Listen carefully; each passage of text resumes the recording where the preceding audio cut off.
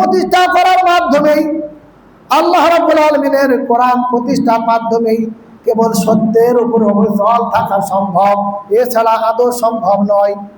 আল্লাহ রাব্বুল আলামিন বলে দিলেন, কুল ইয়া আহলাল কিতাবা লাস্তুম আন শাইইন হাত্তা তুকিমুত তাওরাতা ওয়াল ইনজিলা ওয়া মা উনজিলা ইলাইকুম মির রাব্বিকুম।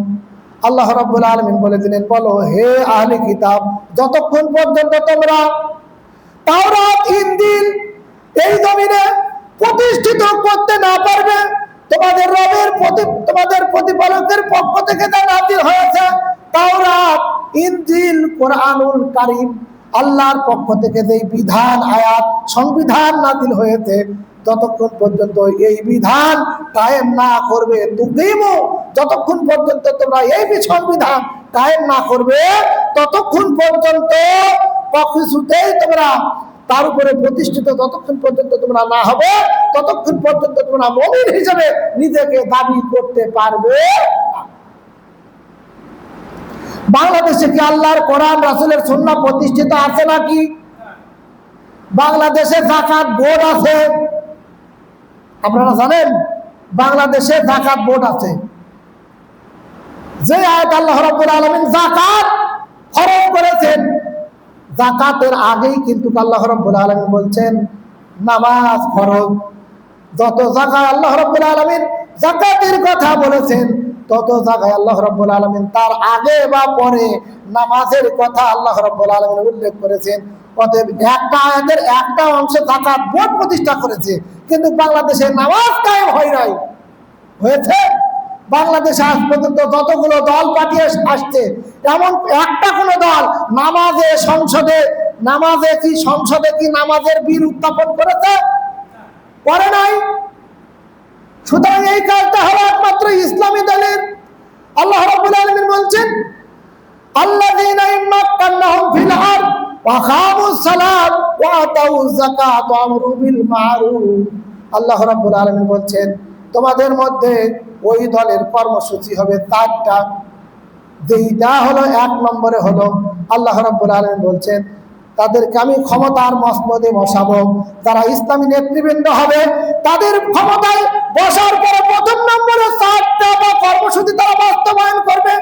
1 নম্বরে তারা সংসদে নামাজের বিল উত্থাপন করবে, যাকাত ভিত্তিক অর্থনীতি তারা প্রতিষ্ঠা করবে, সুদ ভিত্তিক অর্থনীতি তারা বিলুপ্ত ঘোষণা করবে, আইন পাশের মাধ্যমে ভালো ভালো কাজ তারা চালু করবে, আইন পাশের মাধ্যমে সমাজ থেকে যাবতীয় অন্যায়, অপকর্ম, দুর্নীতি, চাঁদাবাজ, সুদ, ঘুষ, জেনা, ব্যভিচার সব কিছুর মূলোৎপাটন করার চেষ্টা করবে। এরাই হলো ইসলামী দলের কর্মসূচি। এটাই হলো ইসলামী দলের কর্মসূচি। আর এই কর্মসূচি বাস্তবায়ন করার জন্যই আল্লাহ রাব্বুল আলামিন নবী আলাইহিস সালামগণকে, রাসূলগণকে আল্লাহ রাব্বুল আলামিন দুনিয়ায় প্রেরণ করেছেন। আজকে নবীর রেখে দেওয়া কোরআন আছে, হাদিস কিতাব আকারে আছে, কিন্তু আসলে সমাজে প্রতিষ্ঠিত নাই। আছে কি? আরে প্রতিষ্ঠিত করবে কে? ফেরেশতারা। প্রতিষ্ঠা করার দায়িত্ব কার? আল্লাহ রাব্বুল আলামিনের কোরআন প্রতিষ্ঠা করার দায়িত্ব আমাদের সকলের। কিন্তু আমরা সেই দায়িত্বটা পালন না করে আমরা নিজেই নিজেকে মুসলমান বলে দাবিও করি, আবার বাতিলের দলের কর্মী হিসেবেও সক্রিয় থাকার চেষ্টা করি। কখন কি হয় না হয় বলা যায় না। এই জন্য আমাদের দেশে এমন মানুষ আছে, একই পরিবারের সদস্য, এক দল করে, বাপ করে এক দল, বেটা করে আর এক দল, বউ করে আর এক দল, বেটার বউ করে আর এক দল, নিজের বউ করে আর এক দল। মানে পরিবারের যতগুলো সদস্য সব দল এক এক দলের সদস্য, এক এক দলের কর্মী, এক এক দলের নেতৃবৃন্দ। এটা কি? উদ্দেশ্যটা কি? যখন যেই দল ক্ষমতায় যাবে সেই দলের সুযোগ সুবিধা আরা ভোগ করবে। এতে কোরআন হাদিসের কোনো তাওয়াক্কুল নাই তার কাছে, শুধু ফায়দা লোটার জন্য এই কাজ, শুধু ফায়দা লোটার জন্য।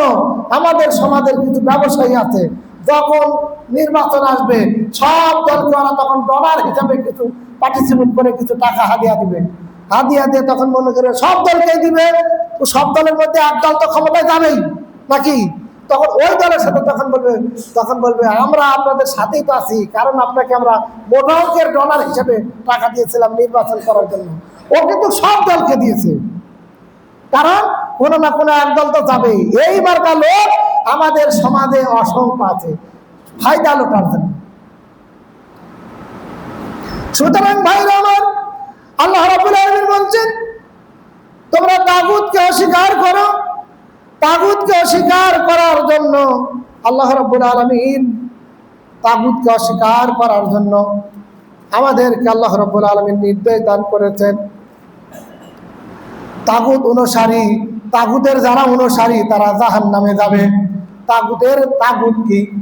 তাগুত হচ্ছে মানুষের তৈরি করা নিয়ম নীতি, মানুষের মস্তিষ্ক পোষিত জ্ঞান দ্বারা নিয়ম ও কানুন আইন সেগুলো সবগুলো হলো তাগুত। আর মানুষের তৈরি করা নিয়ম ও নীতি দ্বারা অনুসরণ করে যারা জীবন চালাবে, তাগুদের অনুসারী যারা জাহান্নামী হবে তারা। সুতরাং তাগুদের অনুসারীরা কি? জাহান্নামী। তাগুদের অনুসারীরা জাহান্নামী। আল্লাহ রাব্বুল আলামিন বলছেন আল্লাহু ওয়ালিউল্লাযীনা আমানু ইউখরিজুহুম মিনাজ যুলুমাতি ইলান নূর ওয়াল্লাযীনা কাফারু আউলিয়াউহুম ইউখরিজুনাহুম মিনান নূরি ইলা যুলুমাত উলাইকা আসহাবুন নারি হুম ফিহা খালিদুন। আল্লাহ রাব্বুল আলামিন বলছেন যারা ঈমান এনেছে, আল্লাহ তাদের অভিভাবক। সুতরাং ঈমানদারদের অভিভাবককে, ঈমানদারদের অভিভাবক আল্লাহ নিজে। আল্লাহ রাব্বুল আলামিন বলছেন আল্লাহু ওয়ালিউল্লাযীনা আমানু। আল্লাহ রাব্বুল আলামিন ঈমানদারদের অভিভাবক। সুতরাং যারা ঈমান আনবে আল্লাহ রাব্বুল আলামিন তাদেরকে ইউখরিজুহুম মিনাজ যুলুমাতি ইলান নূর, তাদেরকে আল্লাহ রাব্বুল আলামিন যুলুমাত থেকে, অন্ধকার থেকে আলোর পথের দিকে আল্লাহ রাব্বুল আলামিন নিয়ে আসবেন। আর যারা অন্ধকারের থেকে যারা আলোর পথে যারা আসবে তারাই আল্লাহ রাব্বুল আলামিনের ঈমানদার বান্দা। যারা তাদেরকে আল্লাহ রাব্বুল আলামিন অন্ধকারের জীবন থেকে, মানে মানুষের তৈরি করা নিয়ম ও নীতি থেকে আল্লাহ রাব্বুল আলামিন বের করে আনবেন। পক্ষান্তরে ওয়াল্লাযীনা কাফারু আউলিয়াউহুমুত তাগুত, যারা তাদের বন্ধু হলো, তাদের অভিভাবক হলো তাগুত। আর যারা তাগুতের অনুসারী ইউখরিজুনাহুম মিনান নূর, তাগুতের দলের নেতারা মানুষদেরকে, তাগুতের কর্মীদেরকে ভালো পথ থেকে, আলোর পথ থেকে, কোরআন সুন্নাহর পথ থেকে বের করে তাদেরকে অন্ধকারের দিকে তারা নিয়ে যাবে। আর এই অন্ধকারের দিকে যাবে যারা, তাদের সাথে উলাইকা আসহাবুন নার, তারা হবে জাহান্নামের অধিবাসী। হুম ফিহা খালিদুন, তারা চিরকাল থাকবে তথায়, মানে ওই জাহান্নামে। যারা তাগুতকে যারা অনুসরণ করবে, মানে মানুষের তৈরি করা নিয়ম নীতি দলের যারা অনুসারী হবে, তারা চিরকাল জাহান্নামে থাকবে। তারা ঈমানদারদের সাথে থাকবে, তারা চিরকাল জান্নাতে থাকবে তারা। সুতরাং আমরা কোন দলের সাথে থাকবো? যেই দলে কোরআন আছে, হাদিস আছে, আল্লাহর কোরআন বাস্তবায়নের কর্মসূচি আছে যেই দলে, ওই দলের কর্মসূচিতে ওই দলের কর্মী হব আমরা। আর যেই দলের কর্মসূচিতে আল্লাহর কোরআন এবং রাসূলের সুন্নাহ মূলোৎপাদন করার কর্মসূচি যেই দলে থাকবে, ওই দলের কর্মী আমরা কি কখনো হব? ওই দলের কর্মী বাংলাদেশে আছে না নাই? তারা কোথায় যাবে? তাগুদের দলের কর্মী যারা, তারা কোথায় যাবে? তারা যাবে জাহান্নামে। সুতরাং তাগুদের দল পরিত্যাগ করে ইসলামী দল অনুসরণ করার আমি আপনাদেরকে সবিনয় উদাত্ত আহ্বান জানাবো। যদি আল্লাহর জাহান্নাম থেকে মুক্তি পেতে চান, আল্লাহর জান্নাত যদি পেতে চান, তাগুতকে বিশ্বাস করলে আল্লাহ রাব্বুল আলামিন তাদের উপরে লানত বর্ষাবেন।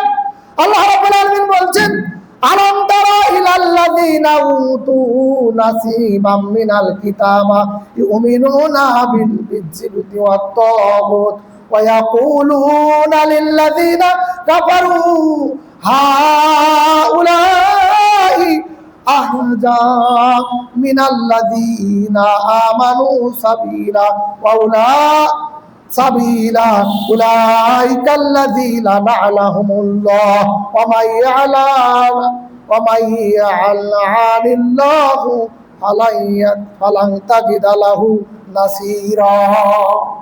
আল্লাহ রাব্বুল আলামিন বলছেন, তুমি কি তাদেরকে দেখোনি যাদেরকে কিতাবের অংশ দেওয়া হয়েছে? তারা দাবি করে না।